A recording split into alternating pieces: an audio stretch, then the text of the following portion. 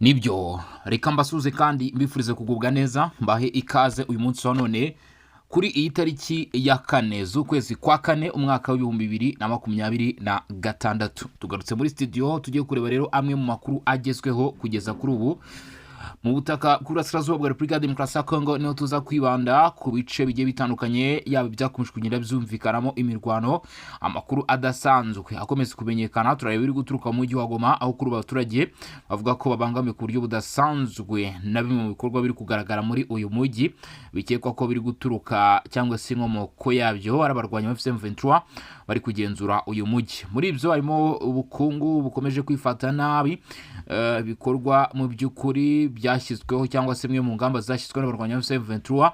Ibyo ngibyo byose turaza kugenda tubireba, kandi ni mu gihe kuri ubu ngubu amakuru ari kurushaho kugenda tugeraho avuga yuko mu by'ukuri ubutegetsi bwa leta ya Repubulika Iharanira Demokarasi ya Kongo bwamaze gutangaza yuko bugiye gusubirana ibice byose abarwanya ba M23 bari barafashe. Naho mu yandi makuru ari kutugeraho nkuko biri kugenda bigaragara, abarwanya M23 batatse imidugudu igera kuri 4 muri teritwari ya Karehe. Turaza kubigarukaho turebe uko byifashe by'uko kugaba ibitero kw'abarwanya ba M23 mu gihe n'ubundi izi nyeshyamba zirimo zirashinjwa kugira uruhare mu Burasirazuba bwa Repubulika ya Demokarasi ya Kongo bikorwa bihungabanya umutekano. U Rwanda rushinjwa gukorana ndetse no gushyigikira uwo mutwe, rukaba rugweruye rutangaza ko mu by'ukuri rwo rwashyize ingamba z'ubwirinzi, kandi yuko izo ngamba z'ubwirinzi zitazigera zivaho cyangwa se zikurwaho. Igisirikare cya leta ya Repubulika ya Demokarasi ya Kongo kiri kongera ingufu mu buryo bwose bushoboka mu rwego rwo kugira ngo busugire bwayo n'uvuga bw'iki gihugu burushaho kugenda bubungwabungwa, nk'uko aya makuru yakomeje kugenda rero abigarukaho. Muri amakuru tugufite n'andi makuru, uze kuba hafi kugira ngo tubane muri iyi minota. Nsuze rero abantu badukurikiranye bari mu bice bitandukanye cyangwa se bari mu mpande z'igihugu zigiye zitandukanye hirya no hino. Nsuza mwe mwese mwakomeje kugenda mubana natwe mu by'ukuri, cyangwa se mukomeje kugenda mubana natwe kugeza kuri ubu ngubu. Mbasuza cyane mbifuriza kugubwa neza. Reka aya makuru rero nkubwire ko tugiye kuyahera mu bice bitandukanye n'ubundi bikomeje kugenda biberamo imirwano. Bimaze kumenyekana ko benshi barwanya ba M23 mu bice bigiye bitandukanye ngo barimo baragenda barushaho gushyira hasi intwaro, ariko ibyo nta kindi kintu bisobanuye no gutsindwa k'uyu mutwe, ndetse bamwe bavuga ko bimwe mu byo barimo batakibyishimira. Ariko nubwo bimeze gutyo, hari bamwe mu bari kumanika intwaro bandi bishyikiriza uruhande rwa Guverinoma ya Repubulika ya Demokarasi ya Kongo. Nyine imirwano yaje gukomeza, abarwanya M23 bashinjwe gukomeza guhungabanya umutekano ku butaka bw'Uburasirazuba bwa Repubulika ya Demokarasi ya Kongo, bataka bimwe mu bice byari bisanzwe bigenzurwa n'uruhande rwa Guverinoma ya Repubulika ya Demokarasi ya Kongo muri teritwari ya Karehe, bishobora gutuma M23 nubwo n'ubundi byamaze kuzamba ibiganiro bya Doha mu by'ukuri byongera gusa nkaho byikubita hasi rwose. Biragaragara yuko kuri ubu ngubu hari ikibazo gikomeye cyane muri Kivu y'Amajyepfo. Haravugwa imirwano rero, imirwano imaze iminsi ivugwa harimo ku kibuga cy'indege mpuzamahanga, ikibuga cy'indege mpuzamahanga cya Minembwe, kimwe mu bibuga byifashishwaga n'abarwanya M23. Ubu bamaze kuba mu by'ukuri bagisohorwamo. Hanyuma rero si aho honyine gusa, Minembwe centre naho ni igice kibasiwe n'ibitero bya drone mu minsi yashize, ariko kuri ubu amakuru atugero cyangwa se nyandiko z'ibitangazamakuru zigenda zitugeraho zikavuga ko mirwano naho yari ikomeje kugenda ihabera isa nkaho yagabanyutse ugereranyije.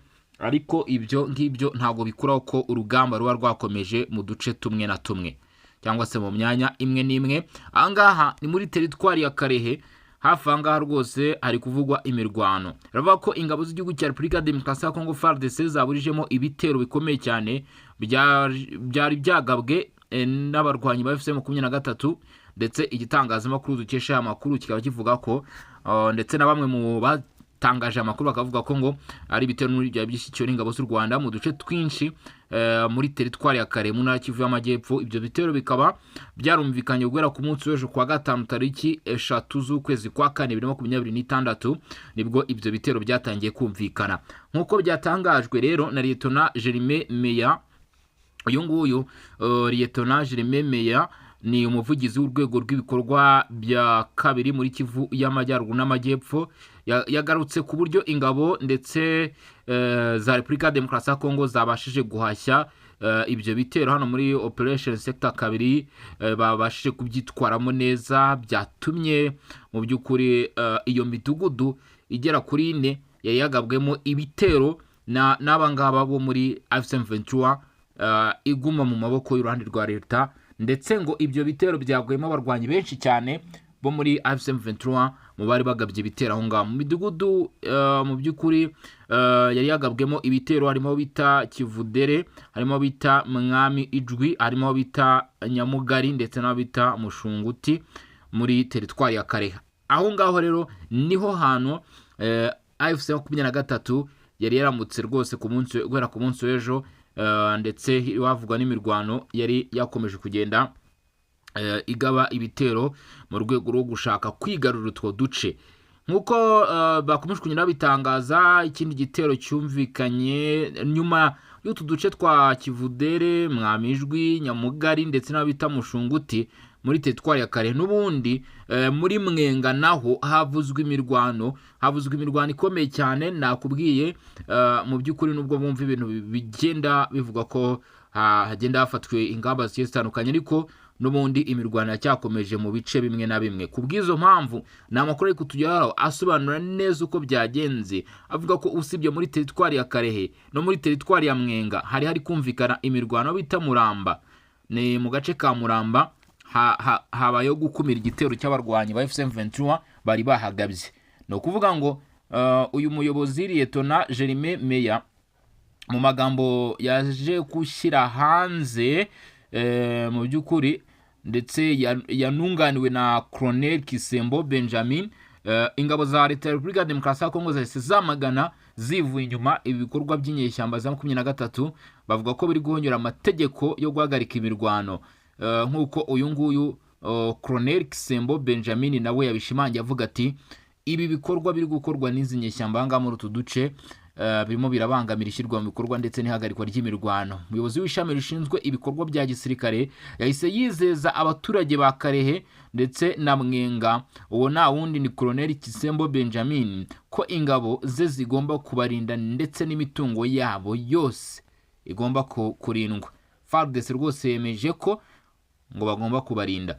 Ni ngombwa kwibutsa ko imirwano ikomeje kuvugwa kenshi mu bice byinshi bya Kivu y'Amajyepfo na Kivu y'Amajyaruguru, kubera ko ibi birica amasezerano yasinywe hagati y'impande zombi zirwana mu guhagarika intambara.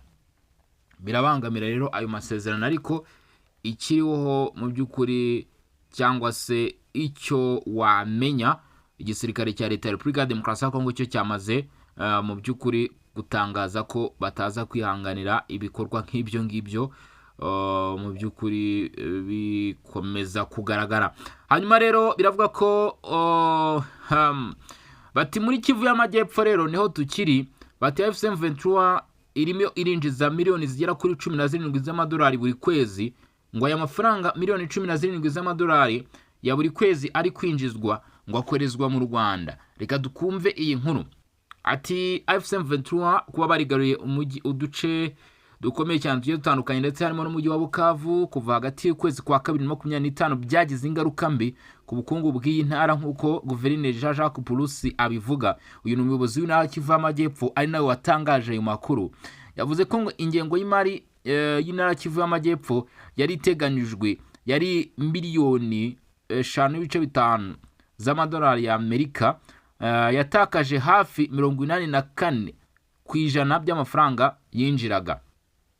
Ati kubijyanye n'ingengo y'imari tugomba kuvuga ko Bukavu, Warungu ndetse na Karehe na Kabare mu by'ukuri nta ingengo y'imari yari yashyizwemo, ntacyo yabashe kugeraho. Byatumye dutakaza hafi 84% by'amafaranga yagombaga kwinjira. Ibi yabitangaje mu kiganiro n'abanyamakuru yagiranye n'abanyamakuru ku wa kane ari kumwe na Minisitiri w'itumanaho n'itangazamakuru Bwana Patrick Muyaya, asobanura neza uburyo ki ubukungu bwikubise hasi, ndetse ibyo byose byagombaga kugera ku buyobozi bwa leta, no kuvuga muri Bukavu, Warungu, Karehe ndetse na Kabare, ubu biri kujya mu maboko y'inyeshyamba. Ari nayo mpamvu yahise atanga ikigereranyo, avuga ko byibuze ubu miliyoni 17 z'amadolari zirimo zirinjira kuri izi nyeshyamba. Nkuko abivuga ati ubwo umutwe w'inyeshyamba wageraga muri ibi bice byo muri Kivu y'Amajyepfo, amabanki yarangijwe, amafaranga yari arimo cyangwa se imitungo arimo iratwarwa, ahita avuga ko ubukungu ubu buri mu kaga. Guverineri wa Kivu y'Amajyepfo yahise agira ati bigomba kumvikana ko inyubako zose zarasahuwe, ibikorwa remezo byose byarasenywe, amabanki yarangijwe, ubukungu bwose buri hasi, ati buri ku mavi.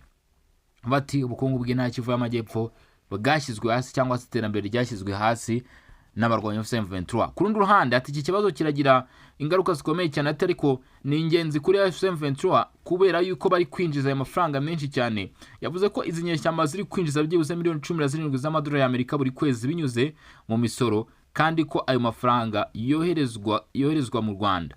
FCM23 ngo ishyikiwe n'u Rwanda, ndetse ngo irakusanya imisoro ngo bashyize mu bikorwa gahunda zabo z'iterambere. Ati twari tumaze gutegura no kubitunganya, kandi barinjiza amafaranga menshi cyane buri kwezi.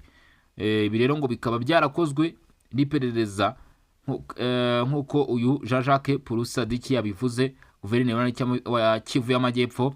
Avuga ko mu by'ukuri ubu ngubu byibuze agace ubuyobozi bwa leta bufite mu ububasha ni Uvira, ni naho ubuyobozi bw'inabo buri gukorera. Atari ko turakomeza kugerageza ibishoboka byose kugira ngo ubuyobozi bukore neza mu buryo bwiza. Uyu ni guverineri w'intara Kivu y'Amajyepfo wasobanuraga ko mu by'ukuri ibintu birimo birarushaho kugenda biba bibi cyane.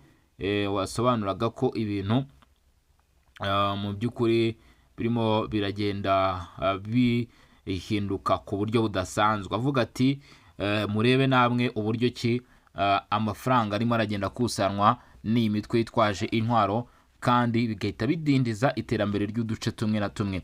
Ibyo rero mu by'ukuri byatumye tunerekeza mu mujyi wa Goma. Abatuye mu mujyi wa Goma kugeza kuri ubu ngubu baravuga ko babangamiye ku buryo bukomeye cyane n'ibikorwa biri gukorerwa muri uyu mujyi. Harimo abakora ingendo, ku batwara ibintu n'abantu ku mapikipiki ndetse n'amamodoka. Bavuga ko mu by'ukuri kuri ubu bari kwaka amafaranga agiye atandukanye, ibyangombwa ndetse n'ibindi bigiye bitandukanye. Bavuga ko bagenda bakwa umunsi ku wundi. Ibi rero ngo birimo birabagiraho ingaruka zikomeye cyane, izamuka ry'ibiciro, imisoro ya hato na hato. Ibi byose rero abakorera ibikorwa byabo bya buri munsi mu mujyi wa Goma bakaba bamaze kubyamagana. Bavuga yuko babyamagana bivuye inyuma, bavuga yuko rwose batanejejwe n'uburyo barimo kugenda bayoborwa. Basaba ko ubuyobozi bwa guverinoma bwagaruka muri ibyo bice bugakomeza kugenda bubayobora ndetse bukurikirana n'imibereho yabo ya buri munsi, mu gihe bavuga ko batishimiye kandi batanejejwe n'uburyo bari gufatwamo n'abarwanyi FCM23, ndetse byagiye binavuga ko hari nabo byageze ku rwego rwo kuba barashoboraga kuba bahasiga ubuzima. Byanze bikunze rero mu by'ukuri ibintu birarushaho kugenda bihindura isura hano ku butaka bw'uburasirazuba bwa Repubulika ya Demokarasi ya Kongo. Raporo y'itsinda ry'abashakashatsi ndetse n'ikigo cy'ubutwari mpuzamahanga yavuze ko inzira ya hagati ya guverinoma ya Kongo na FCM23 ibikorwa byabo biteganyijwe gusubukurwa muri uku kwezi kwa kane, ndetse mu by'ukuri nanone bitewe n'intambara iri kuba, ngo bigaragara ko mu by'ukuri bishobora kuzahagarara. Mu by'ukuri ko gahunda yahagaze kuva yashyirwaho umukono mu masezerano y'ibanze mu Gushyingo bushize, yashyizeho gahunda yo guhagarika intambara no guhanahana imfungwa. Kuva icyo gihe Kinshasa yatangiye intambara ngo y'indege zitagira abapilote, ariko nanone ibyari byasabwe ntabwo byigeze byubahirizwa. Nk'uko bigaragara rero amasezerano ya Doha muri Qatar hatangiye gucibwa amarenga ko aya masezerano yaba agiye guhagarikwa, kubera ko n'ubundi n'igihugu kirimo kirayagayidinga, cyangwa se igihugu cya Qatar kiyayoboye biragaragara yuko kitarimo rwose, kitamerewe neza. Ibyo biraba bibaye mu gihe n'ubundi mu makuru yakomeje kugenda atugeraho bikomeje kugaragara yuko kugeza kuri ubu ngubu n'imwe mu myanzuro yafashwe hano muri Qatar itigeze ishyirwa mu bikorwa, guhagarika imirwano, kurekura imfungwa, dore ko M23 ivuga ko yarazirekuwe ariko ruhande rwa Kinshasa rwo bikavuga ko ngo rutigeze ruzirekura. Icya kabiri ni ugusubiza ubuyobozi bwa guverinoma mu bice bigenzurwa n'inyeshyamba. Mbese imyanzuro myinshi cyane yagiye ifatirwamo aha ngaha rero ntago mu by'ukuri yigeze ishyirwa mu bikorwa. Amakuru ari kutugera avuga ko mu by'ukuri bigaragara ko aya masezerano hagati ya Repubulika ya Demokarasi ya Congo mu by'ukuri nubwo biteganyijwe ko ashobora gusubukurwa muri uku kwezi kwa kane, hagati mu kwezi kwa kane, ndetse bikazabira muri Switzerland cyangwa se mu Busuwisi, hari ikibazo gikomeye cyane kubera mu by'ukuri ibibazo byakomeje kugenda bibaho, ndetse bikavuga ko hatagize igikorwa aya masezerano hazabaho ko usanga yaramaze kuba yahagarara. Rero mw'abantu mwe, ubwo urumva ko ibintu noneho byaba bigeze iwandabaga cyangwa se ibintu byaba bihinduye isura. Amakuru yandi akomeza kugenda atugeraho cyangwa se bimwe muri kugenda bitangazwa mu bigaragara rwose kuri uyu munsi wa none, Leta y'u Rwanda yagize icyo itangaza ku bijyanye no gukura ingabo zabo ku butaka bw'Uburasirazuba bwa Repubulika ya Demokarasi ya Congo. Ubuyobozi bugiye butandukanye barimo umukuru w'igihugu nyuma y'ikiganiro yatanze, ndetse nanone n'abayobozi bagiye batandukanye barimo umuvugizi wa guverinoma, barimo minisitiri w'ububanyi n'amahanga. Abo bose hari ibyo bagiye batangaza bagaruka ko igihugu gihagaze ku bijyanye no gukura ingabo zavuzwe. U Rwanda rero rukaba rwavuze ko rwagerageje kubahiriza imyanzuro y'amasezerano ya Washington, ariko rusobanura ko ngo nubwo rwagerageje kuyubahiriza, uruhande rumwe rutigeze ruyubahiriza. U Rwanda rukaba rwasobanuye ruvuga ko hagikenewe gusenya umutwe wa FDLR kugira ngo mu by'ukuri ingamba z'ubwirinzi narwo rwashyizeho zivanweho, ariko Repubulika ya Demokarasi ya Congo mu by'ukuri ikavuga ko kuri ubu ngubu ikiriho ingamba u Rwanda rwafashe zishyigikira umutwe wa M23 zitari zo gukora ahubwo FDLR. Hanyuma rero mu makuru atugezeho kuri ubu ngubu biravuga ko Repubulika ya Demokarasi ya Congo iri mu biganiro na Amerika mu bikorwa byo kwakira abimukira, bigashimangira imikoranire myiza iri hagati kugeza kuri ubu ngubu hagati ya Repubulika Iharanira Demokarasi ya Congo mu by'ukuri na Leta Zunze Ubumwe za Amerika. Iyi nkuru ikaba ivuga ko Repubulika ya Demokarasi ya Congo iri mu biganiro na Leta Zunze Ubumwe za Amerika ku masezerano yo kwakira abimukira baturuka mu bindi bihugu. Aya makuru yatangajwe na bamwe mu bayobozi muri guverinoma ya Repubulika ya Demokarasi ya Congo bazi neza iby'ibi biganiro. Ngo abayobozi babwiye ibiro ntaramakuru Reuters by'Abongereza ko ibiganiro bigikomeje, ariko nta masezerano aragerwaho kuko ibibazo by'ingenzi birimo umubare w'abimukira, ubwenegihugu bwabo ndetse n'indishyi bashobora guhabwa bitarabonerwa umuti ngo hafatwe umwanzuro. Ibi biganiro bigaragaza impinduka muri gahunda za Leta Zunze Ubumwe za Amerika ku cyitwa iyirukanwa ry'abimukira bakoherezwa mu gihugu cya gatatu, third country deportations, aho boherezwa mu bindi bihugu bitari ibyabo bwite iyo kubasubiza iwabo bigoranye. Gahunda zisa nk'iyi zagiye zisuzumirwa zinaganirwaho mu bindi bihugu byinshi bya Afurika, mu gihe Leta Zunze Ubumwe za Amerika zishaka uko zakoroshya ibibazo biri ku rwego rwazo rushinzwe abinjira n'abasohoka. Bamwe mu bimukira bari gutekerezwaho bashobora kuba harimo baturuka ku mugabane wa Amerika y'Amajyepfo, hamwe n'abo mu gihugu cya Venezuela, nk'uko byavuzwe n'umuntu uzi neza iby'iki kibazo. Muri Venezuela ashaka kuba aribo bari ku rutonde rw'ibanze ko bagomba kwerekezwa hano muri Repubulika ya Demokarasi ya Congo. Ibiganiro biri kuba mu gihe hari ubushake bwa Leta Zunze Ubumwe za Amerika bwo kugira uruhare mu bikorwa binyuranye muri Afurika yo hagati, birimo no kubona amabuye y'agaciro y'ingenzi cyane nka cobalt akoreshwa cyane mu gukora batiri z'imodoka zikoresha amashanyarazi no mu rwego rw'ingufu. Iyi gahunda yo kohereza abimukira muri Repubulika ya Demokarasi ya Congo yanenzwe n'inzobere mu by'amategeko n'imiryango iharanira uburenganzira bw'ikiremwamuntu. Bavuga ko kohereza abantu mu bihugu bidafitiye ubwenegihugu biteza impungenge zikomeye mu buryo bunyuranye, burimo n'ubw'imibereho, cyane cyane ku bantu bafite impapuro zibahesha uburenganzira bwo kurindwa muri Leta Zunze Ubumwe za Amerika. ngayo nguko rero ngibyo iby'Igoma, ngibyo ibyo muri Kivu y'Amajyepfo, ngibyo ibyo biri hagati ya Leta Zunze Ubumwe za Amerika ndetse na Congo Kinshasa, ngibyo kandi by'amasezerano ya Doha biri kuvuga ko ashaka kuba agiye guhagarikwa mu gihe hatangiye gutekerezwa ko ashobora gusubukurirwa mu Busuwisi, agakurwa muri Qatar. Ngayo nguko rero ibyo byose ngira ngo ni ibikomeje kugenda bijya ahagaragara. Turaza gusura mu masaha ari imbere, turaza kuba dusuzuma rero zimwe mu nkuru ziraba zigezweho hano ku butaka bw'Uburasirazuba bwa Congo mu bihafi kugira ngo tuze kurushaho kugenda tubana. Yari Bosco in Region Info, mugire ibihe byiza.